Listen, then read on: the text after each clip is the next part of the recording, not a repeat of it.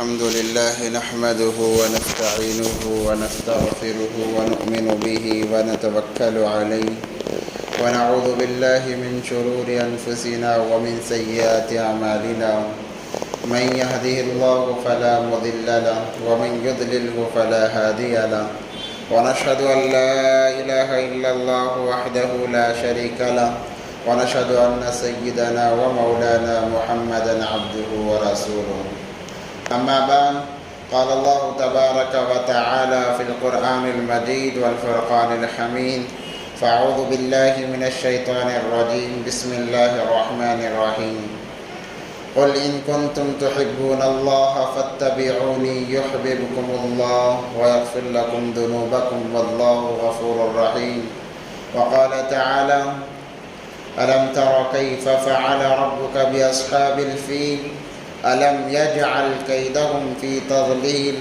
وأرسل عليهم طيرا أبابيل ترميهم بحجارة من سجيل فجعلهم كعصف مأكول صدق الله العظيم قال النبي صلى الله عليه وسلم لا يؤمن أحدكم حتى أكون أحب إليه من والده وولده والناس أجمعين أو كما قال عليه الصلاة والسلام اللهم صل على سيدنا مولانا محمد في أول كلامنا اللهم صل على سيدنا مولانا محمد في أوسط كلامنا اللهم صل على سيدنا مولانا محمد في آخر كلامنا اللهم لك الحمد كما أنت أهله فصل على محمد كما أنت أهله وافعل بنا ما أنت أهله فإنك أنت أهل التقوى وأهل المغفرة اللهم صل على محمد كلما ذكره الذاكرون وصل على محمد كلما غفل عن ذكره الغافلون اللهم صل على محمد وآله ألف ألف مرة اللهم صل على محمد وآله ألف ألف مرة اللهم صل على محمد وآله ألف ألف مرة رب اشرح لي صدري ويسر لي أمري واحلل عقدة من لساني يفقه قولي محترم و معزز سامعین کرام، بزرگان دین، عزیز ساتھیوں، ایک مرتبہ دل کی گہرائیوں کے ساتھ درود پاک پڑھ لیں۔ اللہم صلی علی سیدنا محمد وعلی آل سیدنا محمد وبارک وسلم۔ معزز سامعین کرام، اللہ تبارک و تعالیٰ نے کائنات کی بے نوری کو ختم کرنے کے لیے مسلمان کو، ایمان والے کو اپنی پہچان کرانے کے لیے بہت سارے اسباب کو رونما فرمایا ہے۔ اللہ نے جب سے دنیا بنائی اور انسانوں کو آباد کیا، دنیا کے اندر عبادت بھی ہوئی ہے، اللہ کی نافرمانی بھی ہوئی ہے۔ پہلے تو نافرمانی کا کوئی نام و نشان نہیں تھا، مگر جب سے قابیل نے حابیل کو قتل کیا، اس کے بعد میں نافرمان گروہ بن گیا اور وہ سلسلہ چلتا رہا، یہاں تک کہ قیامت تک وہ سلسلہ چلے گا نافرمانی کا۔ حابیل والے نرم مزاج بھی لوگ دنیا میں رہیں گے، قابیل کی طرح سخت مزاج بدگو لوگ بھی دنیا کے اندر ایک ساتھ رہیں گے۔ یہ سلسلہ قیامت کے آخری دن تک چلتا رہے گا۔ جب نافرمانیاں کبھی کبھار ایسا ہوتا کہ فرما برداری غالب ہو جاتی، اچھے لوگ زیادہ ہو جاتے، برے لوگوں کی تعداد کم ہوتی، اور کبھی ایسا ہوتا کہ برے لوگوں کی تعداد حد سے زیادہ بڑھ جاتی۔ جب برائی حد سے زیادہ بڑھ جاتی، نافرمانی حد سے زیادہ بڑھ جاتی، اللہ تبارک و تعالیٰ اس نافرمانی کو، برائی کو ختم کرنے کے لیے نبی کو بھیجتے ہیں۔ نبی آتے دنیا کے اندر، آنے کے بعد لوگوں کو اللہ سے جوڑنے کا کام کرتے، دنیا میں آنے کے مقصد کو اس کا تعارف کراتے، اللہ کی محبت دل میں بٹھاتے، وہ اپنا کام کر کے چلے جاتے ہیں، لوگ ان باتوں پر عمل پیرا ہوتے تھوڑے دنوں تک، پھر وہی اپنی پرانی عادت کے مطابق پھر نافرمانیاں شروع ہو جاتی ہیں۔ یہ سلسلہ کافی سالوں تک چلتا رہا، جس کے اندر کم و بیش 1.25 لاکھ انبیاء علیہم السلام دنیا میں تشریف لائے، اور ہر نبی یہی کام کرتا رہا۔ حضرت عیسیٰ علیہ السلام کے بعد میں ایک مدت، بڑی مدت، جس کے اندر کوئی نبی نہیں آیا، کوئی رسول نہیں آیا، اللہ کی طرف بلانے والا کوئی رہبر نہیں آیا۔ بڑا لمبا عرصہ کا زمانہ تھا، تقریباً 600 سال کا۔ اس عرصے میں کوئی نبی نہیں آیا، جس کی وجہ سے لوگ گمراہی میں حد سے بڑھ گئے، تجاوز کر گئے۔ گمراہی کی تمام حدیں لوگوں نے پار کر دی، ضلالت کی تمام حدیں لوگوں نے پار کر دی،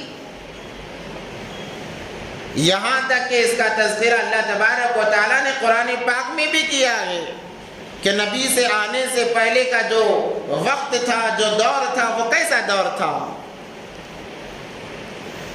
کعبۃ اللہ جس کو خالص اللہ کی عبادت کے لیے بنایا گیا تھا، اللہ کا نام لینے کے لیے بنایا گیا تھا، جو دنیا کی سب سے مقدس جگہ تھی، ویسے کعبۃ اللہ کے اندر ان لوگوں نے 360 بت رکھے تھے، ہر ایک چیز کا الگ بت تھا۔ حضرت ابراہیم علیہ السلام اس سے پہلے انہوں نے بتوں کی وضاحت کر دی، اس کے باوجود بھی یہ لوگ کعبۃ اللہ جیسے مقدس جگہ میں 360 بت رکھے ہوئے تھے۔ کھانا دینے والا بت الگ، پانی دینے والا بت الگ، کھیتوں کے متعلق الگ بت، ہر قسم کا الگ بت تھا، اور اس کی پوجا کی جاتی۔ کعبۃ اللہ جیسی مقدس جگہ میں جہاں طواف کیا جاتا ہے، ان لوگوں کا عقیدہ تھا، بلکہ یہ جہالت اتنی تھی کہ وہ ننگے، مرد اور عورتیں ننگے ہو کر اس کا طواف کیا کرتے، عورتیں بھی ننگی، مرد بھی ننگے، اور اس کو عبادت سمجھا کرتے تھے۔ دین کا کوئی نام و نشان نہیں، عورتوں کو اپنے ہاتھ کا کھلونا سمجھا کرتے ہیں، عورتوں کی کوئی عزت نہیں، کوئی وقار نہیں، کوئی اہمیت نہیں، اور سب سے بڑی بات یہ لوگ عورتوں کو منحوس سمجھا کرتے، کوئی اچھا کام ہوتا کہتے ہماری وجہ سے ہوا ہے، اور کوئی کام میں خرابی آ جاتی کہتے فلاں عورت کی وجہ سے ہوا ہے۔ اسی لیے تو لڑکیوں کو زندہ دفنانا ان کے مزاج کے اندر پیوست ہو چکا تھا۔ زندہ لڑکی کو دفنا دینا ان کے لیے کوئی بڑا کام نہیں تھا، بچوں کی جان لینا ان کے لیے بہت آسان ہو چکا تھا۔ اس لیے قرآن نے کہا بِأَيِّ ذَنبٍ قُتِلَتْ، کل قیامت کے دن ان بچیوں کو لایا جائے گا اور پوچھا جائے گا بتاؤ دنیا کے سامنے تمہیں کس جرم میں قتل کیا گیا تھا، مارا گیا تھا۔ بِأَيِّ ذَنبٍ قُتِلَتْ، اور جب کسی عورت کا شوہر مر جاتا، عورت بیوہ ہو جاتی، اس کو عیب سمجھ کر اس کو گھر سے نکال دیتے، یا پھر اس کے مرد کے ساتھ، شوہر کے ساتھ زندہ اسے بھی دفنا دیتے، کہتے کہ اس کا شوہر مر چکا ہے، اس کی کوئی جگہ نہیں ہے۔ اپنی بیویوں کو کئی مرتبہ طلاق دیا کرتے، پھر جب جاتے بلا لیا کرتے۔ شراب ان کے لیے پانی سے زیادہ اہمیت، شراب کے ایسے عادی، اتنے چاہنے والے، ہر قسم کی شراب ان لوگوں کے پاس ہوا کرتی، اور یہ جہالت ساری دنیا کے اندر تھی، مگر ساری دنیا کے مقابلے میں کعبۃ اللہ کے اطراف میں، مکہ میں سب سے زیادہ جہالت تھی۔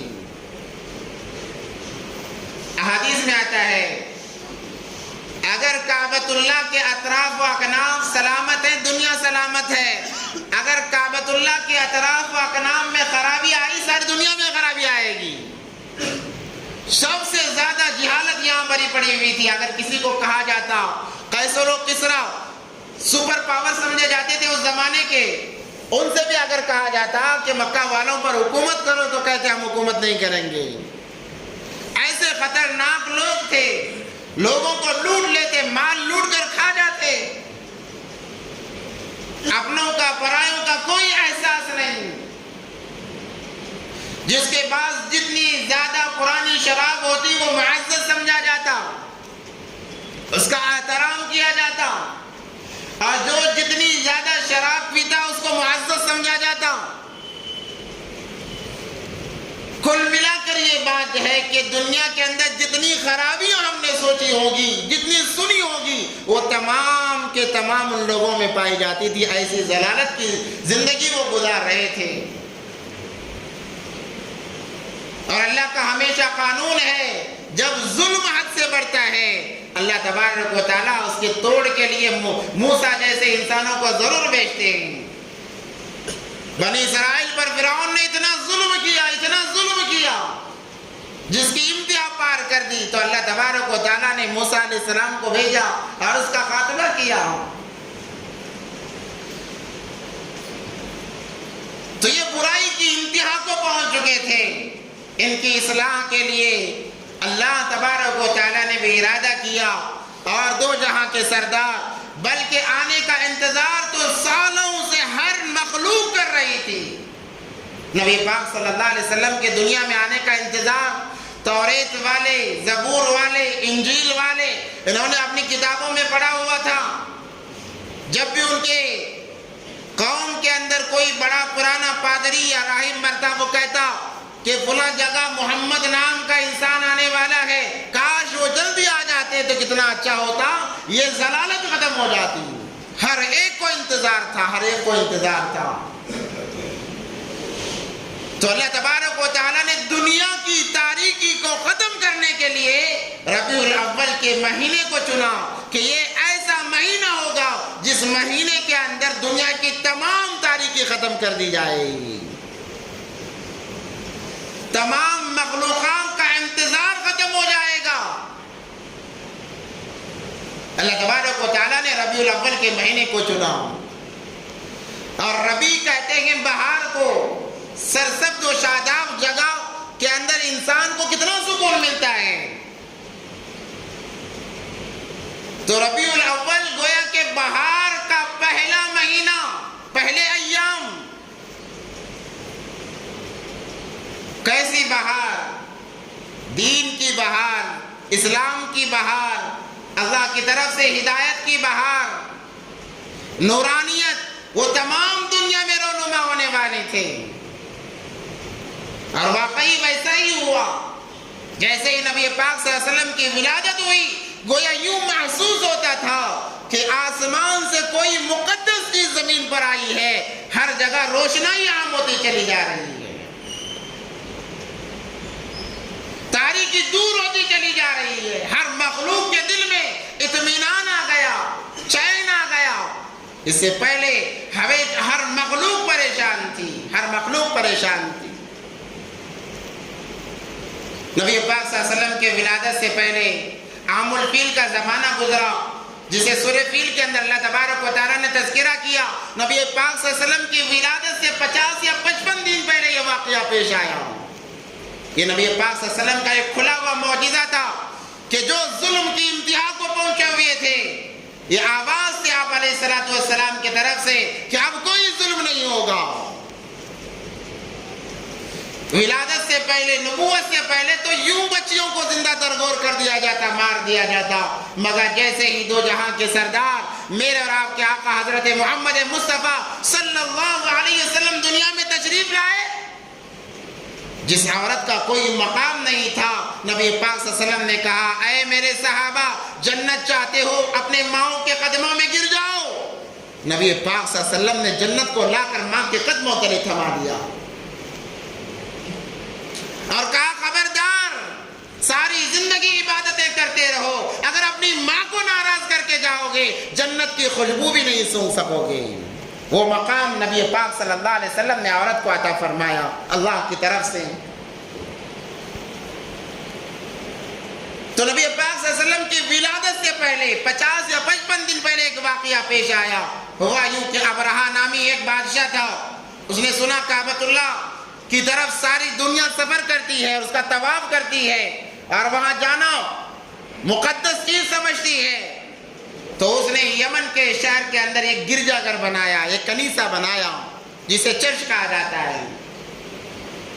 اتنا عمدہ, اتنا عالیشان بنایا کہ انسان اس کے سامنے کھڑے ہو کر اس کی انتہا کو دیکھ نہیں سکتا تھا. اتنی اونچی عمارت بنائی, سونے چاندی سے اسے سجایا, سنوارا اور ساری جگہ اعلان بھیجا اور خود یمن میں یہ اعلان کیا کہ اے یمن والو, اب تمہیں مکہ کی طرف سفر کرنے کی ضرورت نہیں ہوگی, کیونکہ تمہیں جو وہاں چیز تمہیں چاہیے میں یہیں پر میں نے بنا دیا ہے. اور لازم کر دیا, بادشاہ تھا. تو یمن کے اندر جو لوگ قریش کے لوگ تھے انہیں بڑا غصہ آیا. انہوں نے کہا کہ اس نے ایک عمارت کنیسہ بنائی اور اس کا مقابلہ کعبۃ اللہ سے کر رہا ہے, اللہ کے گھر سے کر رہا ہے. قریش کے لوگ بڑے سخت مزاج کے تھے. کعبۃ اللہ کے متعلق برائی جتنی بھی ہو, مگر ان چیزوں کے متعلق ذرا بھی کمی بیشی برداشت نہیں تھی. اسی لیے نبی پاک صلی اللہ علیہ وسلم کے نبوت سے پہلے جب کعبۃ اللہ کی تعمیر کا موقع آیا, چندہ کیا گیا مکہ کے اندر اور اعلان کیا گیا اپنی حلال کمائی ہی پیش کریں, کسی کا حرام کا 1 دینار 1 ریال نہیں لیا جائے گا, 1 روپیہ نہیں لیا جائے گا. جہالت حد سے زیادہ ہے, گمراہی حد سے زیادہ ہے, مگر اللہ کے گھر کا جب معاملہ آتا ہے ویسے جہالت کے دور میں بھی ان کا یہ اعلان ہوتا ہے کہ حرام کا 1 روپیہ بھی اس کام میں نہیں لگایا جائے گا. جتنی رقم جمع ہوئی اسی سے کعبۃ اللہ کی توسیع ہوئی اور کام باقی تھا, کہا کہ رہنے دیا جائے کوئی مسئلہ نہیں, مگر ناجائز حرام کا 1 روپیہ نہیں لیا جائے گا. اسی لیے تو اللہ تبارک و تعالیٰ نے اس زمین کو مقدس بنایا ہے. تو انہیں برداشت نہیں تھا کوئی بے حرمتی کرے. جب پتہ چلا قریش کے چند نوجوان گئے اور اس کے کلیسا میں گندگی کر کے آ گئے, پیشاب پاخانہ کر کے آ گئے, تو کعبۃ اللہ کی بے حرمتی کرتا ہے. جب بعض جگہ لکھا ہوا ہے کہ آگ لگا کر آ گئے کہ جب معاملہ ہی ختم ہو جائے گا تو کس کی طرف دعوت دے گا. جب صبح کو ابرہہ کو پتہ چلا بڑے طیش میں آ گیا, بڑے غصے میں آ گیا اور کہا کہ میں کعبۃ اللہ کو ڈھا کر رہوں گا, نعوذ باللہ. جب وہاں کے قریش کو, اہل قریش کو پتہ چلا, انہوں نے آواز اٹھائی, لڑنے کے لیے تیار ہو گئے. مگر ابرہہ بڑا بادشاہ تھا, ساز و سامان اس کے پاس زیادہ تھا, وہ غالب آ گیا اور ان کو قیدی بنا لیا.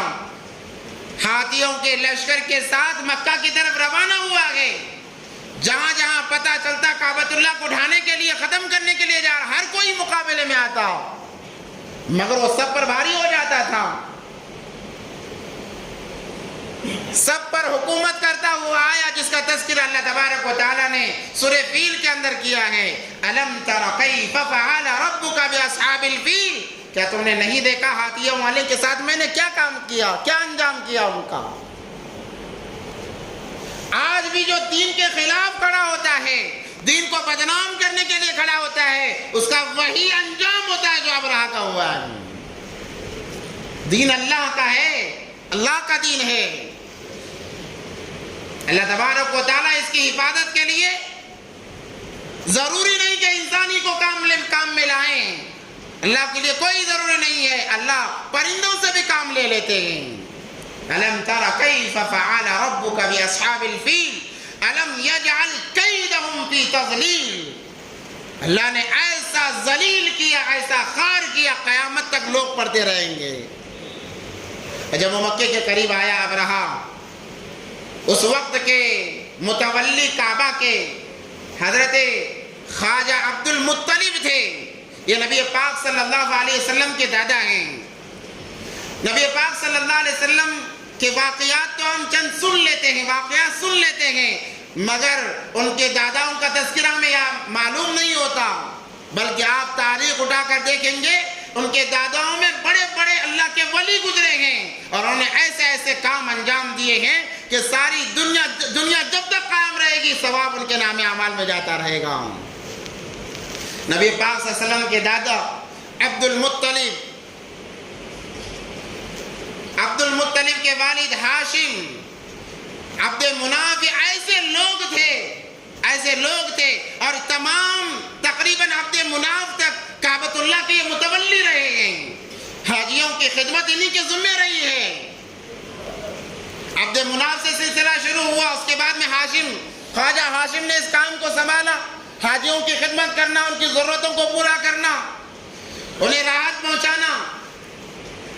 یہاں تک ایک مرتبہ کعبۃ اللہ کے اندر قحط پڑ گیا تو ہاشم ہی تھے جنہوں نے ملک شام جا کر آٹا لایا، اور روٹی، پہلا انسان وہ تھے کہ کعبۃ اللہ کے اندر انہوں نے روٹی بنا کر لوگوں کے اندر عام دعوت کی کعبۃ اللہ کے اندر۔ یہ پہلے انسان تھے ہاشم، خاندان قریش کے، اور عبد المطلب بھی بڑے مرد مجاہد، بڑے حسین و جمیل، بڑے دلیر انسان تھے۔ انہوں نے بھی جب ان کے ذمہ کعبۃ اللہ کی متولیت آئی، ذمہ داری آئی، انہوں نے کوئی کسر نہیں چھوڑی۔ اسی محنت کی وجہ سے اللہ تبارک و تعالیٰ نے انہیں خواب دکھایا، انہوں نے خواب میں دیکھا کوئی آ کر کہہ رہا ہے اے عبد المطلب، اے شیبہ، ان کا نام شیبہ ہے، اصل میں عبد المطلب کا جو نام ہے وہ شیبہ ہے، کیونکہ جب وہ پیدا ہوئے ان کے سر میں چند بال سفید تھے، سفید بال والے کو عربی میں شیبہ کہا جاتا ہے۔ عبد المطلب ان کا نام اس لیے پڑا کہ ان کے ایک چچا تھے، ان کا نام مطلب تھا، ان کی طرف نسبت کرتے ہوئے کہ یہ عبد المطلب کے غلام ہیں، نسبت کرتے ہوئے ان کا نام بھی شیبہ سے عبد المطلب پڑ گیا۔ تو انہوں نے خواب دیکھا، خواب کے اندر کوئی کہہ رہا ہے کہ اے عبد المطلب، اے شیبہ، فلاں جگہ زمزم کا کنواں ہے جو بند ہو چکا ہے، جس کو بند کر دیا گیا ہے، تم اسے کھودو اور دوبارہ پانی وہاں سے نکالو۔ ایک مرتبہ، دو مرتبہ، تین مرتبہ یہی خواب انہوں نے دیکھا۔ جب وہی خواب بار بار آ رہا ہے تو انہوں نے جا کر وہاں جہاں پر بتایا گیا وہاں کھودنا شروع کیا۔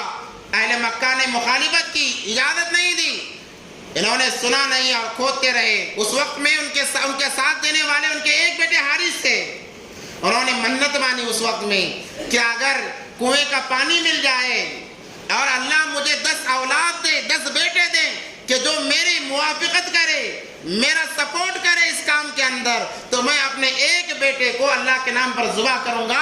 عبد المطلب نے منت مانی۔ اللہ کا کرنا ایسا ہوا کہ زمزم کا جو کنواں تھا پانی بھی نکل گیا، اور اللہ تبارک و تعالیٰ نے 10 بیٹے انہیں عطا فرمائے، 10 بیٹے عطا فرمائے۔ اور جب 10 بیٹے عطا فرمائے، دوبارہ وہ سوئے، خواب میں کہنے والا کہتا ہے اے عبد المطلب، اے شیبہ، اپنے خواب کو پورا کرو، اپنی منت کو پورا کرو۔ اسی لیے شریعت کے اندر منتوں کو بھی پورا کرنا ہے۔ جو ہم نظر مانتے ہیں یہ ایسا ہی بیکار نہیں ہے، اس کو بھی پورا کرنا ہے، ورنہ 3 دن کے روزے رکھنے پڑیں گے، مسکین کو کھانا کھلانا پڑے گا۔ تو پھر انہوں نے اس منت کو، اس نظر کو پورا کرنے کے لیے جو اپنے سب سے چہیتے بیٹے تھے، جن کا نام حضرت عبداللہ تھا، جو نبی پاک صلی اللہ علیہ وسلم کے والد محترم تھے، ان کو انہوں نے چنا۔ 10 بیٹوں میں قرعہ ڈالا گیا، نام نکالا گیا، حضرت عبداللہ کا نام آیا تو انہیں لے کر چلے ذبح کرنے کے لیے۔ اسی لیے نبی پاک صلی اللہ علیہ وسلم کو ذبیحین کہا جاتا ہے۔ کیوں؟ اس لیے کہ انہی کی اولاد میں سے، حضرت اسماعیل علیہ السلام کی اولاد میں سے سلسلہ چلا، حضرت اسماعیل بھی ذبیح اللہ، حضرت عبداللہ بھی ذبیح اللہ، ذبیحین کہا جاتا ہے، ذبیحین کی اولاد کہا جاتا ہے۔ لے جا کر جب ذبح کرنے لگے، کاہنہ عورت تھی، اس نے کہا عبد المطلب اپنے بچے کو ذبح نہ کرو، ایسا کرو کہ شریعت کے اندر ایسا ہے کہ ایک اگر انسان کو مار دیا جائے 10 اونٹ اس کے نام پر دے دیے جاتے ہیں، تم ایک کام کرو 10 اونٹ ان کے مقابلے میں رکھو اور قرعہ ڈالو، جب تک تمہارے بیٹے کے نام سے ہٹ کر اونٹوں پر قرعہ نہ نکلے ڈالتے رہو۔ تو حضرت عبد المطلب نے یہی کام کیا، 10 اونٹ رکھے، عبداللہ کا نام لکھا، قرعہ ڈالا، قرعہ حضرت عبداللہ کے نام پر نکلا، پھر 10 اونٹوں کو بڑھایا، بڑھاتے 100 اونٹ ہو گئے. جب 7ویں مرتبہ ڈالا گیا 10ویں مرتبہ تو اونٹوں کے نام قرآن نکلا. تمام نے خوشیاں منائی, نعرے تکبیر کے نعرے لگائے. عبد المطلب کہنے لگے یہ پہلی دفعہ ہے, میں اور 3 مرتبہ آزماؤں گا تاکہ اللہ مجھ سے مکمل راضی ہو جائے. اور 3 مرتبہ ڈالا, تینوں مرتبہ اونٹوں کے نام قرآن نکلا. تب جا کر حضرت عبداللہ کے بدلے میں 100 اونٹ عبد المطلب نے قربان کیے ہیں. اس کے بعد الغرض بات لمبی ہو جائے گی. ابرہہ آیا اور آ کر عبد المطلب کے اونٹ چل رہے تھے, اونٹوں کو قبضہ کر لیا, اونٹوں پر قبضہ کر لیا, ڈرانے کے لیے, دھمکانے کے لیے. عبد المطلب کو جب پتا چلا, عبد المطلب گئے, جا کر کہا کہ سنا ہے تو نے میرے اونٹ کو پکڑا. کہا کہ ہاں, تم کیا چاہتے ہو؟ ابرہہ نے کہا, عبد المطلب نے کہا میرے 200 اونٹ واپس کرو. ابرہہ بڑا پریشان ہو گیا, ارے یہ عجیب متولی ہے, ہر کوئی چاہتا یہ کہتا کہ کعبۃ اللہ کو چھوڑ دو, چاہے تو اور 200 اونٹ لے لو, یہ تو اپنے اونٹوں کا سوال کر رہا ہے. جب عبد المطلب کو بتایا گیا, انہوں نے کہا اونٹ میرے ہیں, یہ میری ذمہ داری, کعبۃ اللہ اللہ کا گھر ہے, اللہ خود سنبھال لیں گے, میری ذمہ داری نہیں ہے, میں تو اپنے اونٹوں کا مالک ہوں اور اللہ اپنے گھر کا مالک ہے, تو جانے اللہ جانے, میرا کوئی دخل نہیں. الغرض مختصر قصہ یہ کہ وہ اونٹوں کو لے کر چلے, تمام لوگوں کو لے کر پہاڑی پر چڑھ گئے اور اللہ سے دعا کرنے لگے, اللہ اے اللہ جتنا میری ملکیت میں تھا میں نے کیا ہے, جو تیری ملکیت میں اللہ تو کر کے دکھا دے. ان اونٹوں میں ایک محمود نامی بڑا اونٹ تھا, بڑا زبردست اونٹ تھا, کئی لوگوں پر یہ بھاری تھا. اس اونٹ کو ابرہہ لایا تھا کعبۃ اللہ کو ڈھانے کے لیے, مگر دوسرے دن جب ابرہہ نکلا ہے کعبۃ اللہ کو ڈھانے کے لیے, ایک شخص نے محمود ہاتھی کے کان میں کہا کہ اے محمود سن لے, تو جس طرف جا رہا ہے وہاں اللہ کا گھر ہے, اور جو اللہ کے گھر کو ڈھائے گا اس کا انجام تجھے بھی پتا ہے مجھے بھی پتا ہے. یہ کہہ کر وہ شخص چلا گیا. اب ابرہہ جب آ کر محمود ہاتھی کو اٹھا رہا ہے, ہاتھی اٹھنے کے لیے تیار نہیں, ہر طرف جا رہا ہے مگر کعبۃ اللہ کی طرف جانے کے لیے تیار نہیں. اس کو بڑا ظلم کیا گیا اس ہاتھی پر, مگر وہ ہاتھی اٹھنے کے لیے تیار نہیں. الغرض ابرہہ پریشان ہو کر دوسرے ہاتھیوں کو لے کر کعبۃ اللہ کو ڈھانے کے لیے جا رہا تھا. اللہ تبارک و تعالیٰ نے چھوٹے چھوٹے پرندے بھیجے, الم یجعل کیدہم فی تضلیل وارسل علیہم طیرا ابابیل, ابابیل پرندوں کا لشکر بھیجا, جھنڈوں کو بھیجا. ان کے چونچ میں ایک چھوٹا پتھر اور پنجوں میں 2 پتھر, 3 پتھر ان کے چونچوں میں تھے. وہ آئے اور پتھر برسانے لگے.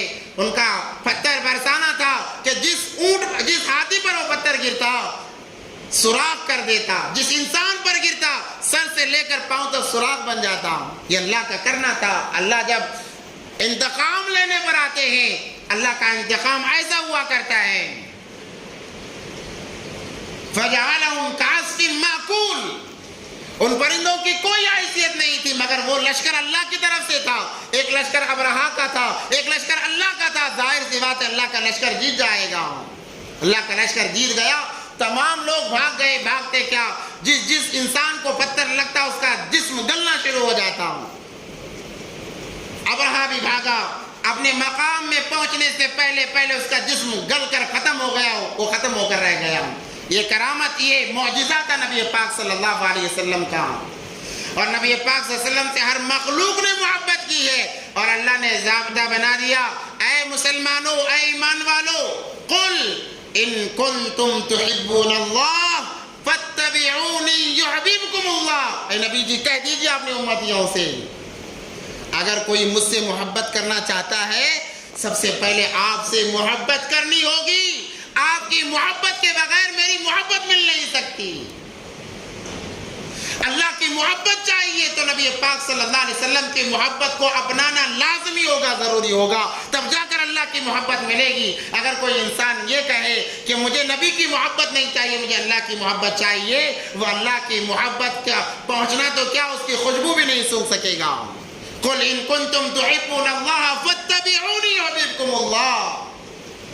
ہر مخلوقات پر ضروری ہے کہ دو جہاں کے سردار حضرت محمد مصطفیٰ صلی اللہ علیہ وسلم سے محبت کرے. ہر مخلوق نے محبت محبت کی ہے، ہر جاندار نے محبت کی ہے، اور جس نے محبت کی ہے اللہ تبارک و تعالیٰ نے ان کے مقام کو ایسا بلند کیا، قیامت تک نشانی بنا دیا۔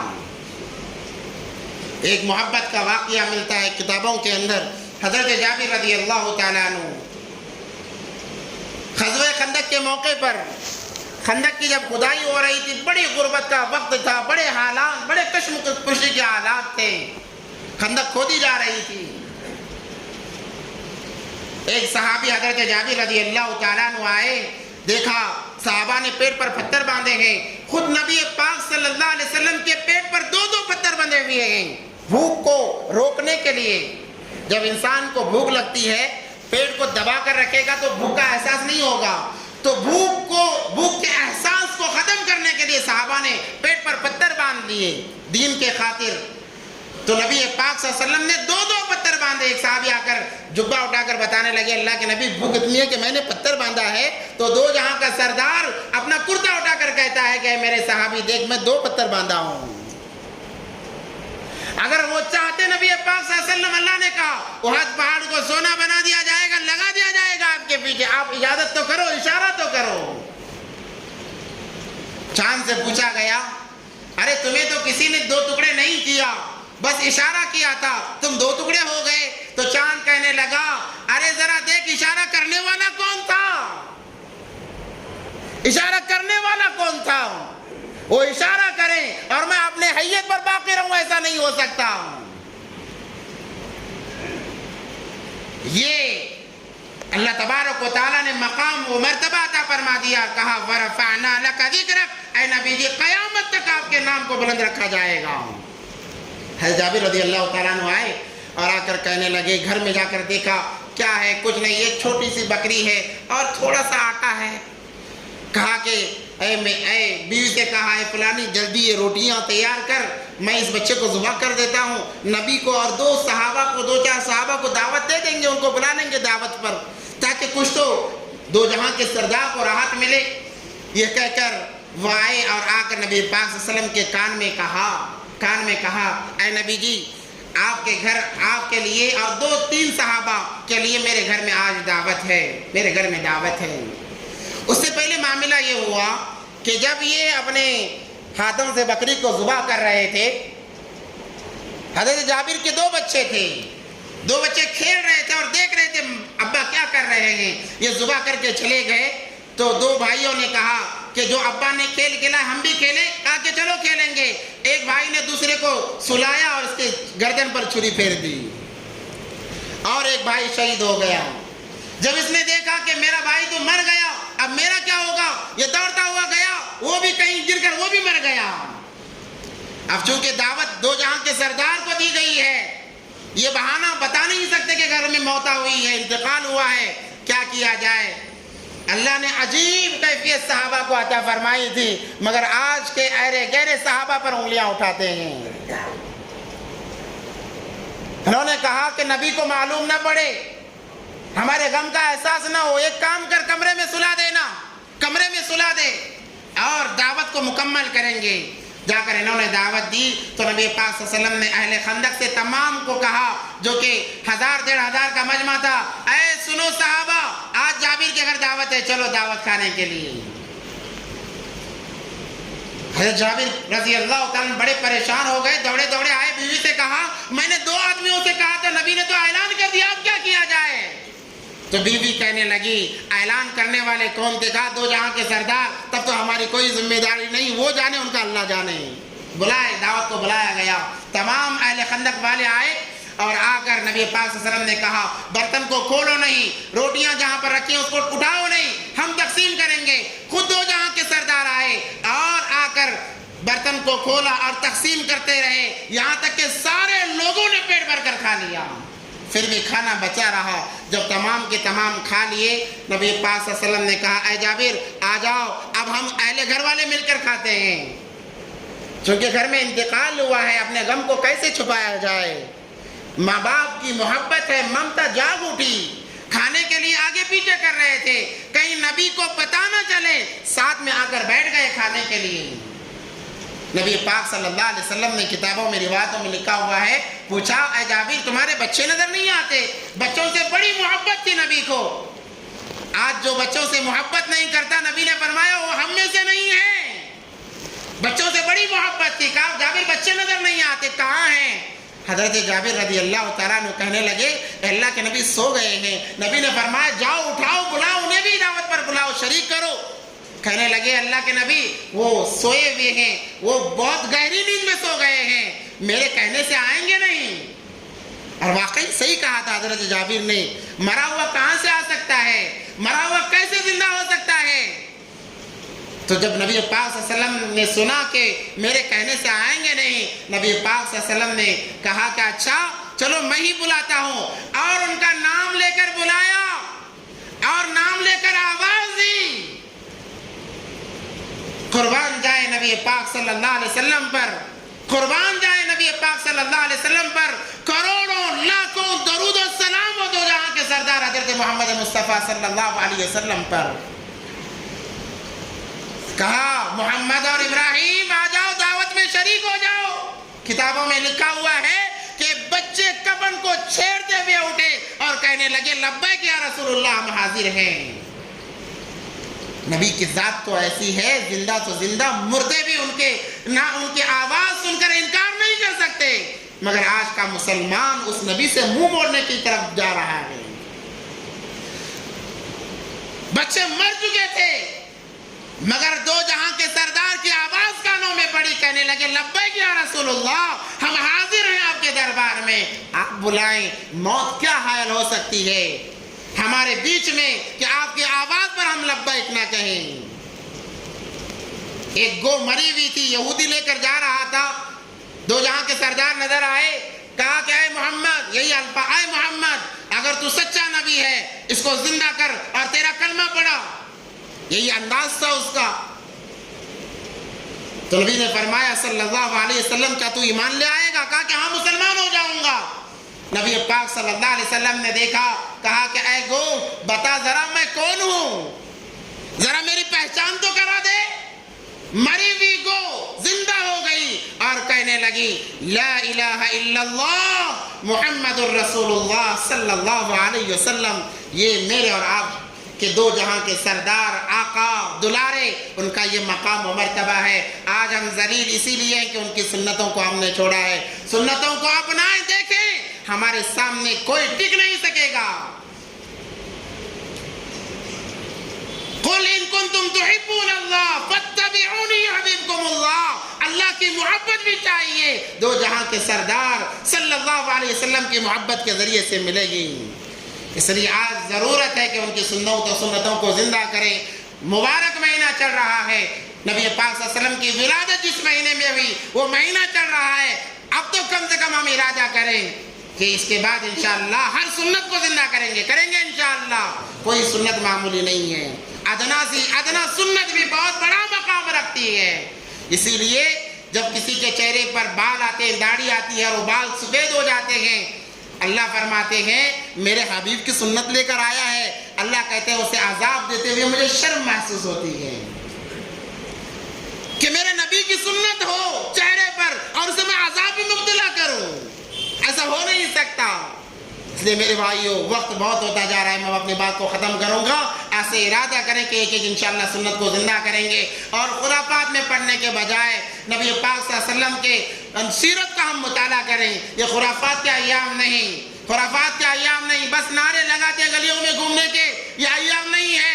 محبت دکھانی ہے، اپنے آپ میں دکھاؤ محبت، یہ اصل محبت ہے، یہ اصل محبت ہے، ورنہ نعرے لگا کر ختم کر دینا یہ محبت کی علامت نہیں ہے۔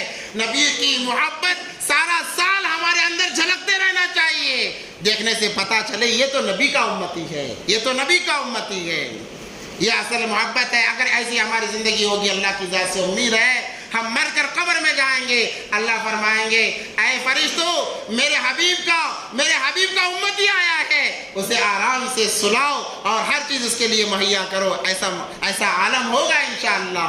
اللہ سے دعا ہے کہ اللہ ہم تمام کو ان باتوں پر عمل کی توفیق عطا فرمائے، اور نبی پاک صلی اللہ علیہ وسلم کی محبت کو مرتے دم تک ہمارے دلوں میں، ہماری زندگیوں میں بسانے کی اللہ ہم تمام کو توفیق عطا فرمائے۔ 12 ربیع الاول کے دن بہت سارے لوگ بہت ساری چیزیں کرتے تھے، ان سے گریز کرتے ہوئے سنتوں کو اپنانے کی، سیرت کا مطالعہ کرنے کی. ہاں اگر کرنا ہے سیرت کے جلسے منعقد کریں جس کے اندر نبی پاک صلی اللہ علیہ وسلم کی سیرت کو بیان کیا جائے. یہ بہت اعلیٰ کام ہے تاکہ ہر انسان تک نبی پاک صلی اللہ علیہ وسلم کی سیرت ان کے سامنے آ جائے. ہر مسلمان کے سامنے ہو، ہر مرد کے سامنے، ہر عورت کے سامنے نبی پاک صلی اللہ علیہ وسلم کی سیرت ہو. ایسے کام کریں. وآخر دعوانا الحمدللہ رب العالمین.